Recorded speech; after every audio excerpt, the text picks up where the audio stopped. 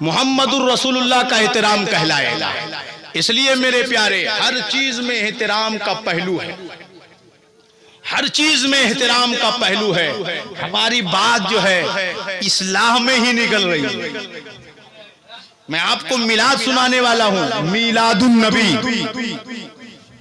میلاد النبی۔ اب میں یہاں اپنے موضوع میں بالکل یہیں پہ آ رہا ہوں، کیونکہ میں نے کہا تھا کہ نبی کی بات ہونی چاہیے، کیونکہ ہم سب یہ سارے چیزوں میں جو ہے ملوث نظر آتے ہیں۔ ان تمام اصلاحی پہلوؤں پر گفتگو بہت ضروری ہے، تاکہ لوگوں کو نبی کی میلاد کرنے کا سلیقہ آ جائے، تاکہ لوگوں کو نبی کی میلاد پہ لنگر کھلانے اور بنانے کا طریقہ آ جائے، تاکہ انسان نبی کی محبت میں جو کرے اس پہ عذاب نہیں بلکہ ثواب ہی ثواب۔ سبحان اللہ۔ ورنہ ایک غلطی سے آپ کی عاقبت بھی خراب ہو سکتی ہے، کیونکہ اس چیز کی نسبت رسول کریم سے ہو جائے۔ اب آپ دیکھیے، اللہ تعالیٰ نے فرمایا لَقَدْ مَنَّ اللَّهُ عَلَى الْمُؤْمِنِينَ إِذْ بَعَثَ فِيهِمْ رَسُولًا۔ اللہ تعالیٰ نے مومنین پر احسان کیا۔ کس پر احسان کیا؟ مومنین پر۔ اب یہاں پہ ایک نکتہ بتا دوں، آپ لوگ کم سمجھیں گے، مولانا لوگ زیادہ سمجھیں گے یہ نکتہ، لیکن میں ہلکا کرنے کی کوشش کرتا ہوں۔ اللہ تعالیٰ نے مومنین پر احسان کیا، کیا کر کے احسان کیا؟ کہ انہی میں سے ایک رسول کو بھیجا، اور وہ رسول آمنہ کا لال، مدینے کا تاجدار، ہم سب کا غمگسار، تو نبی کو بھیج کر احسان مومنین پر کیا۔ تو اب آپ بتائیے کہ جب نبی کو بھیجا تھا تو اس وقت کوئی مومن تھا؟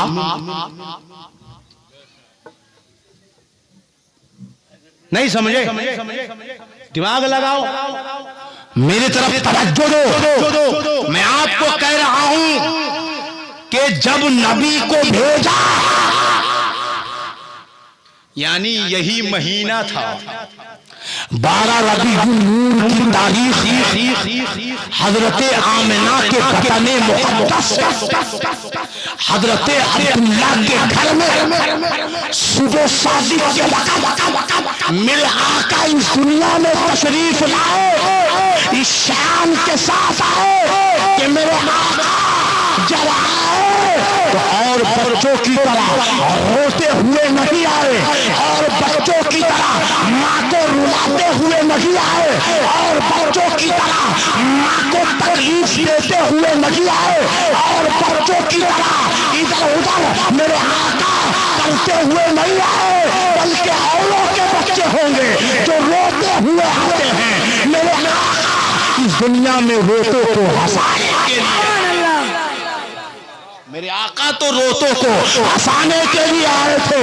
اوروں کے بچے جب اس دنیا میں آتے ہیں تو ماؤں کو تکلیف ہوتی ہے، مگر حضرت آمنہ فرماتی ہے کہ جب میرے بیٹے محمد الرسول اللہ اس دنیا میں تشریف لائے تو مجھے کوئی تکلیف ہی نہیں، کوئی تکلیف نہیں ہوئی۔ میرے آقا ہے 12 ربیع الاول کو، تو جب پیدا ہوئے رب حبلی امتی کہتے ہوئے پیدا ہوئے، رب حبلی امتی کہتے ہوئے پیدا ہوئے۔ آج ہمارے بچے 2 سال کے بعد بولنا سیکھتے، ابا، اماں، یہ ہمارے بچے جو 2 سال میں، 1 سال میں، 3 سال میں بولنا سیکھتے ہیں، لیکن میرے آقا آتے ہی رب حبلی امتی کی صدا لگا کر دنیا والے کو پیغام دیتے ہیں کہ اے لوگوں، یہ نہ کہنا کہ میں 40 سال کے بعد نبی بنا ہوں، بلکہ جب میں پیدا ہوا تبھی تو میں نے کہا کہ رب میری امت کو میرے حوالے کر۔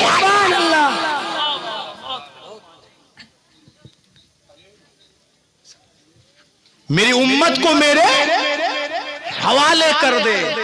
تو جو امت کو حوالے کرنے کی بات کرے وہ 40 سال کے بعد نبی بنے. اس کو پہلے سے کہ میں نبی ہوں. اب قیامت تک پیدا ہونے والے سارے لوگ میری امت میں شمار ہوں گے. ہاں امت کی قسمیں ہوں گی, امت کی قسمیں ہوں گی. کوئی جنتی ہوگا, کوئی جہنمی. اچھا ہم اگر کسی کو جنتی بولیں اور کسی کو جہنمی بولیں تو لوگوں کو بڑی مرچ لگتی ہے. کہتا ہے آپ لوگ صرف جہنمی جہنمی کرتے رہتے ہیں. تو میرے پیارے میرے آقا نے فرمایا ستفترق امتی علی 73 ملہ کلہم فی النار الا ملۃ واحدہ. میرے آقا نے فرمایا ہم قریب میری امت 73 فرقوں میں پڑ جائے گی, ان میں سے 72 جہنم میں جائے گا, 72 جہنم میں جائے گا. الا ملتن, مگر ایک فرقہ نہیں, ایک ملت, ایک جماعت. الجماعت ہوا اہل سنت, وہ جماعت اہل سنت کی ہے. تو میرے آقا نے فرمایا 73 میں سے 72 جہنم میں, ایک جنت میں جائے گا. اور یہی سے عقیدہ پتا چلا جو نبی کا علم غیب مانے وہی تو اہل سنت کہلاتا. سبحان اللہ, وہی تو اہل سنت کہلاتا. کیونکہ نبی نے فیوچر کی بات کی, نبی نے مستقبل کی بات کی ہے, نبی نے مستقبل کی بات کی ہے, نبی نے غیب کی بات کی ہے کہ میرے امت 73 فرقوں میں بٹے گی. بٹی نہیں ہے, گی ابھی بٹی نہیں ہے, ابھی آنے والے دنوں میں بٹے گی. تو آنے والے باتوں کے علم کو جاننے کا نام تو عالم غیب. آنے والی باتوں کو جاننے والے کو تو عالم غیب کہا جاتا ہے. اور نبی کو عالم غیب اہل سنت سنی مسلمان کے علاوہ اور کوئی نہیں مانتا. اس لیے میرے پیارے آپ سب بڑے خوش نصیب ہو کہ رب کائنات نے ایک طرف تو آپ کو مسلمان بنایا اور ایک طرف صرف مسلمان ہی نہیں اہل سنت. سبحان اللہ, سبحان اللہ, اہل سنت بنایا. اب نبی کریم صلی اللہ علیہ وسلم پیدا ہوئے 12 ربیع النور کو. جب پیدا ہوئے اس وقت کوئی مومن تھا؟ سوال ہے, آپ سے پوچھ رہا ہوں, کوئی مومن تھا؟ آج کل ٹی وی چینلوں پر ڈیبیٹ ہوتا ہے اور کہا جاتا ہے کہ اسلام تو 1400 سال پہلے شروع ہوا, اس سے پہلے اسلام دنیا میں نہیں تھا, اس سے پہلے مومن دنیا میں کوئی نہیں تھا. ہم نے کہا پیارے یہ تمہاری سمجھ کی کمی ہے, ایسا نہیں ہے کہ اسلام 1400 سال پہلے شروع ہوا. میرے آقا نے اسلام کو شروع نہیں کیا بلکہ میرے آقا نے اسلام کا اجرا. سبحان اللہ, کیا کیا ہے؟ اجرا. اجرا سمجھتے ہیں؟ ایک ہوتا ہے ایک آدمی نے کتاب لکھا اور پھر بولتے رسم اجرا. سمجھ رہے؟ یعنی اس کتاب کو اب مارکیٹ میں لایا جائے گا, مارکیٹ میں لایا جائے گا, لوگوں کو دیا جائے گا. تو نبی سے پہلے جتنے نبی آئے سب نے اسلام کی دعوت دی لوگوں کو مسلمان بنانے کی, مگر جب میرے آقا آئے تو اب اجرا فرمایا اور ایسا اجرا فرمایا کہ پوری دنیا میں اسلام. سبحان اللہ, سبحان اللہ, پوری دنیا میں اسلام پھیل گیا. اور آج دیکھیے ہم لوگ ہندوستان میں رہ کے نبی کا کلمہ پڑھ رہے ہیں. یہ اجرا کے سبب ہوا ہے, ورنہ دنیا کا سب سے پہلا مسلمان حضرت آدم کا نام. دنیا میں سب سے پہلے مسلمان کا نام حضرت آدم ہے. دنیا میں سب سے پہلے مومن کا نام حضرت آدم ہے. کیا حضرت آدم مسلمان نہیں ہے؟ کیا حضرت ابراہیم مسلمان نہیں ہے؟ کیا حضرت موسیٰ مسلمان نہیں ہے؟ کیا حضرت عیسیٰ مسلمان نہیں ہے؟ کیا حضرت اسماعیل مسلمان نہیں ہے؟ کیا حضرت اسحاق مسلمان نہیں ہے؟ کیا حضرت ہود مسلمان نہیں ہے؟ کیا حضرت یحییٰ مسلمان نہیں ہے؟ کیا حضرت نوح مسلمان نہیں ہے؟ تمام نبی مسلمان بھی ہے اور مومن. سبحان اللہ سبحان اللہ. تو کیا پتا چلا کہ مسلمان 14 سال پہلے شروع ہوا ہے؟ تو ٹی وی میں جو ڈیبیٹ ہو رہا ہے سب غلط ہے. یہ لوگوں کی سمجھ کی غلط ہے. اس کے دماغ میں، ان کے بھیجے میں، کھوپڑی شریف میں اس کے بات نہیں آتی. اصل بات یہ ہے کہ اسلام کی شروعات تو تب سے ہوئی جب دنیا میں سب سے پہلا انسان آیا. سب سے پہلا انسان آیا. اب میرے آقا کریم صلی اللہ علیہ وسلم اس دنیا میں 12 ربیع النور کو پیدا ہوئے تو اس وقت کون مسلمان تھے؟ اب بھی سوال ہے، اب بھی یہی سوال ہے. تبھی تو اللہ فرماتا ہے علی المؤمنین، ہم نے مومنوں پہ احسان کیا. مومن ہے ہی نہیں تو اس پہ احسان کہیں کا؟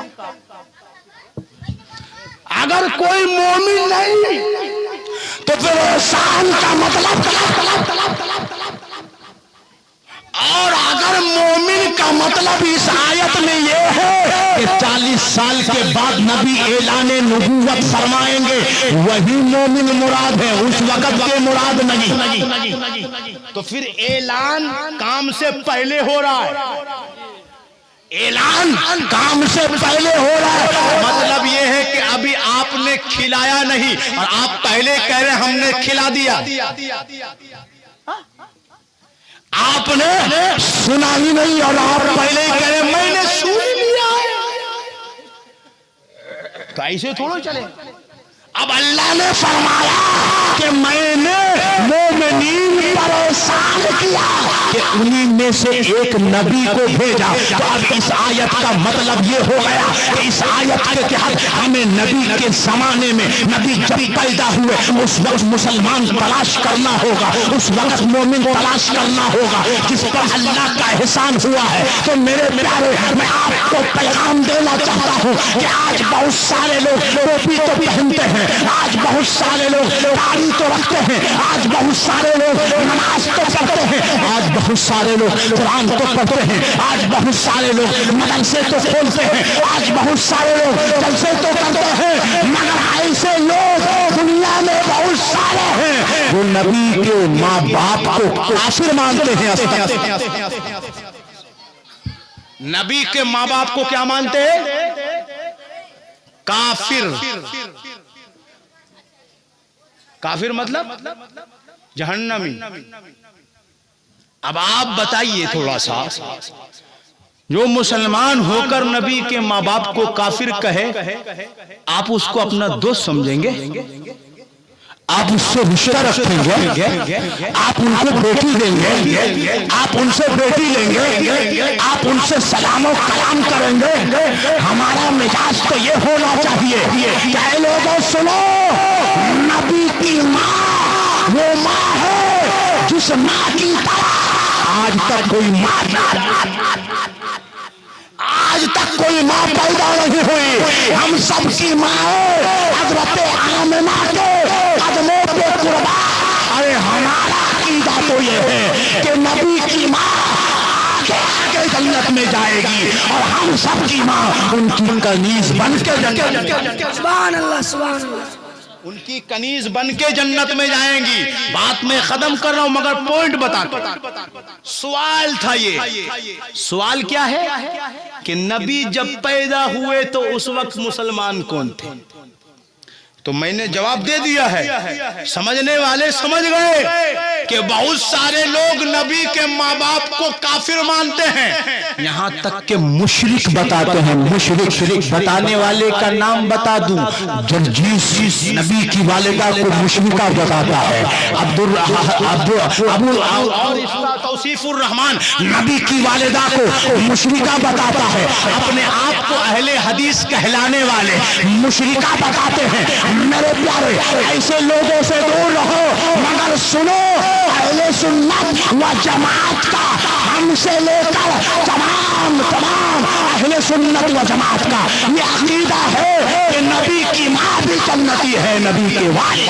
سبحان اللہ سبحان اللہ۔ نبی کی ماں بھی جنتی، نبی کی والدہ بھی جنتی۔ اب نبی کریم صلی اللہ علیہ وسلم کی ماں جب جنتی تو جنت میں مومن جائے گا کہ اب کافر جائے گا؟ جنت میں مومن جائے گا، کیونکہ جنت بنی ہے مومن کے لیے۔ تو جب ہم نے نبی کی ماں کو جنتی مان لیا، مطلب یہ ہوا کہ وہ مومن ہے۔ جب ہم نے نبی کے والد کو جنتی مان لیا تو مطلب یہ ہے کہ ان کے والد مومن ہیں۔ اور سنو ایک بات، حضرت عبداللہ سے لے کر حضرت آدم تک نبی کے شجرے میں جتنے نام آتے ہیں سب جتنے نام آتے ہیں سب جنتی۔ تو مطلب یہ ہوا کہ حضرت عبداللہ بھی جنتی، اس کا مطلب وہ مومن ہے۔ حضرت عبد المطلب بھی جنتی، اس کا مطلب وہ مومن ہے۔ اب اس آیت کا مطلب سمجھ میں آیا کہ رب کائنات نے اپنے محبوب کو اس وقت عرب کی زمین پر بھیج کر حضرت آمنہ پہ احسان کیا تھا، حضرت عبد المطلب پہ احسان کیا تھا، اور قیامت تک آنے والے تمام مومنین سبحان اللہ سبحان اللہ۔ تمام مومنین پر احسان کیا، ورنہ کافروں پہ تو کوئی احسان ہی نہیں ہے۔ کافروں پہ کوئی احسان نہیں ہے، مومنین پر احسان ہے۔ اب جس پر احسان ہوگا وہی تو احسان کے بدلے میں شکر ادا کرے گا۔ اب آپ مومن ہیں تو آپ شکر کے طور پر میلاد النبی مناتے ہیں، جو مومن نہیں ہے مناتا نہیں ہے بلکہ منانے سے چلتا ہے۔ تو جو میلاد النبی سے جلے سمجھ جاؤ ان کا تعلق مومنین سے نہیں ہے۔ میلاد النبی کی محفل کو دیکھ کے جو مسرور ہو جائے سمجھ جاؤ ان کا تعلق کسی اور سے نہیں، جنتی ان کا تعلق کسی اور سے نہیں بلکہ جنتیوں میں سے ہے۔ بات ختم کر رہا ہوں کیونکہ وقت ہو چلا ہے میرے پیارے، اور مجھے جو ہے اب خبر آ رہی ہے کہ اب جو ہے ٹائم آف کرنے کا وقت آ گیا ہے۔ میں آپ کے دین کو خراب نہیں کرنا چاہتا، پھر کبھی موقع ملا تو انشاءاللہ خالص نبی کی پیدائش سنانے کی کوشش ہوگی، مگر موقع ملا تو حیات رہی تو ملاقات ہوگی۔ وآخر دعوانا الحمدللہ رب العالمین۔ یہ قصہ لطیف ابھی نہ تمام تھا، جو کچھ بیان ہوا وہ غازبان تھا۔ استغفر اللہ ربی من کل ذنب و اتوب الیہ۔ السلام علیکم ورحمۃ اللہ۔